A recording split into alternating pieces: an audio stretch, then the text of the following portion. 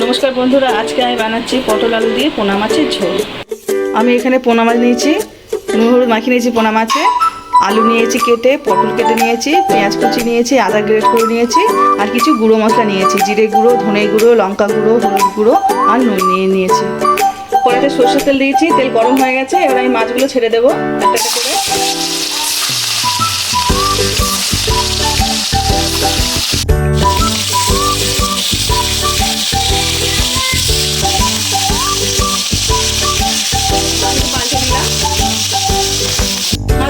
ভেজে নিয়েছি, এবার আমি এগুলো তুলে নেব। সব ভাজা হয়ে গেছে, মাছ ভাজা তেলে আমি পটলগুলো ভেজে নেব।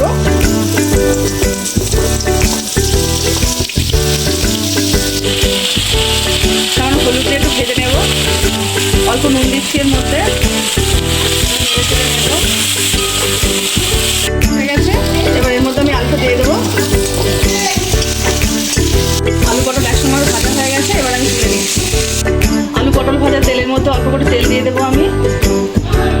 তেল গরম হয়ে গেছে, আমি কড়াইতে 5 ফোড়ন দিয়ে দিচ্ছি। 5 ফোড়ন পর আমি পেঁয়াজ দিয়ে দিচ্ছি।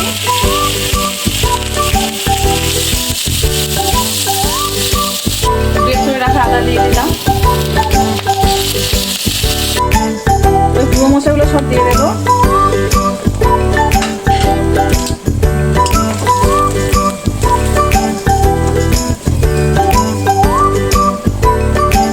অল্প করে জল দিয়ে দেবো, মশলা কষিয়ে নেবো।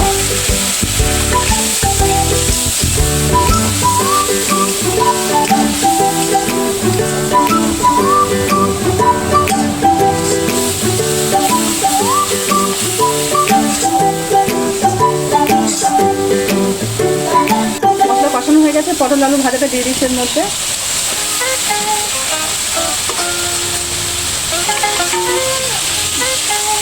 নেড়ে নেবো, ভালো করে কষিয়ে নেবো।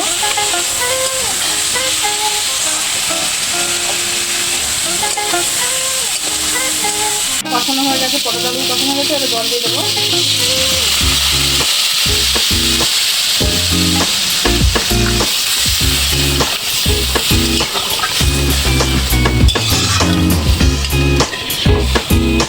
ঝোলে আমার ভালোভাবে ফুটে গেছে, এবার মাছ আমি দিয়ে দেবো ঝোলে।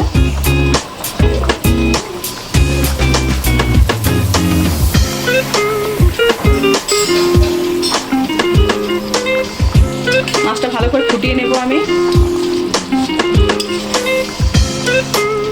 মাছটা ঝোলের সঙ্গে ভালোভাবে ফুটে গেছে, এবার আমি নামিয়ে নিচ্ছি। পটল আলু দিয়ে পোনা মাছের ঝোল একদম রেডি।